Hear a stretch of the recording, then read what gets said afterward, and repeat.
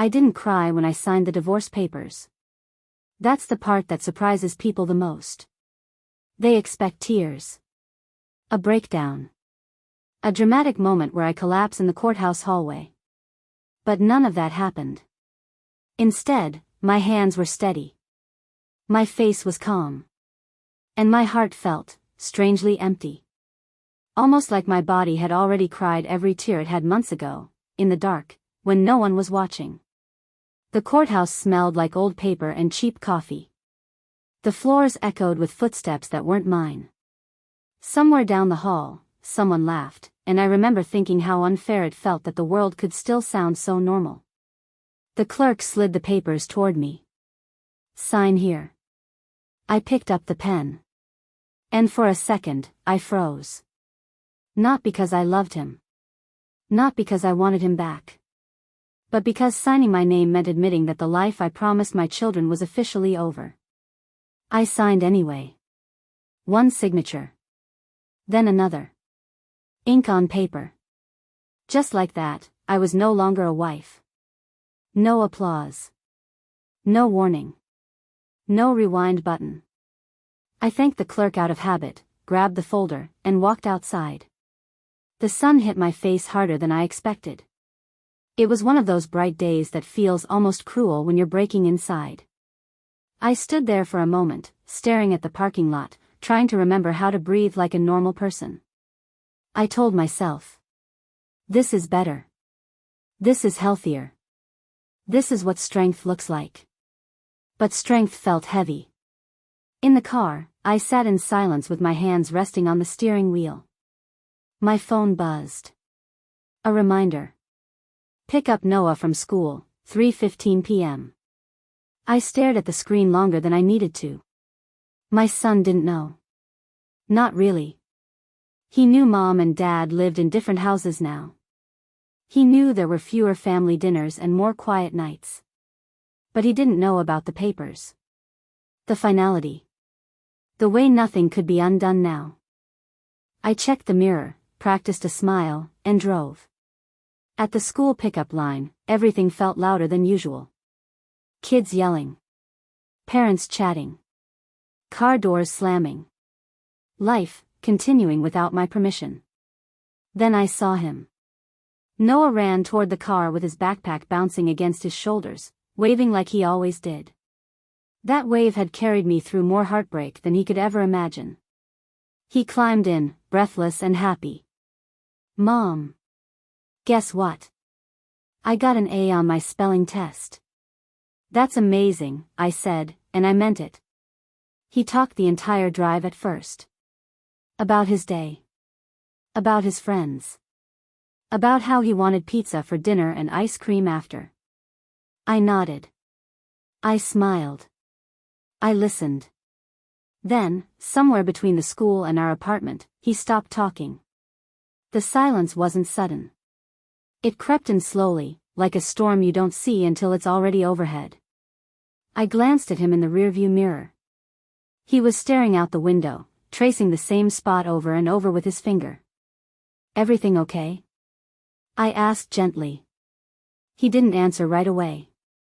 Then, very quietly, he said, Mom, are you sad today? My chest tightened. No, I said too fast. I'm just tired. He nodded, but he didn't look convinced. A few seconds passed. Then he asked it. The question I will carry with me for the rest of my life. Did I do something bad, so you and Dad don't live together anymore? I don't remember pulling the car over.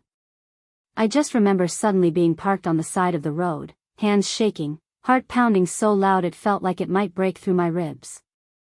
I turned around in my seat and looked at him. Really looked at him. This little boy. My baby. Trying to make sense of a world that felt like it had cracked beneath his feet. No, I said, my voice breaking. No, sweetheart. Never. You didn't do anything wrong.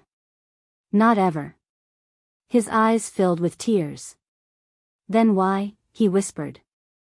And in that moment, I realized something devastating. Children don't need details to feel pain. They don't need explanations to blame themselves. They just need change. I swallowed hard. Sometimes, I said slowly, choosing every word like it could hurt him, grown-ups try really hard to fix things, and they still can't. And when that happens, it's not because of the kids. It's because of the adults. He sniffed. Did you and Dad stop loving each other? That question cut deeper than I expected. Because love wasn't the problem. Loneliness was. Disrespect was. Feeling invisible was. I think we forgot how to be good to each other, I said quietly. He stared at his hands. Do you still love him? I paused. I didn't want to lie. But I didn't want to burden him with the truth either.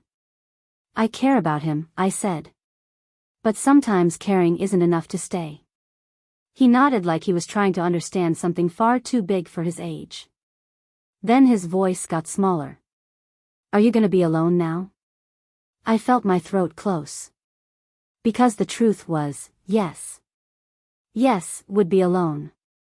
No one sitting across from me at dinner. No adult voice at the end of a hard day.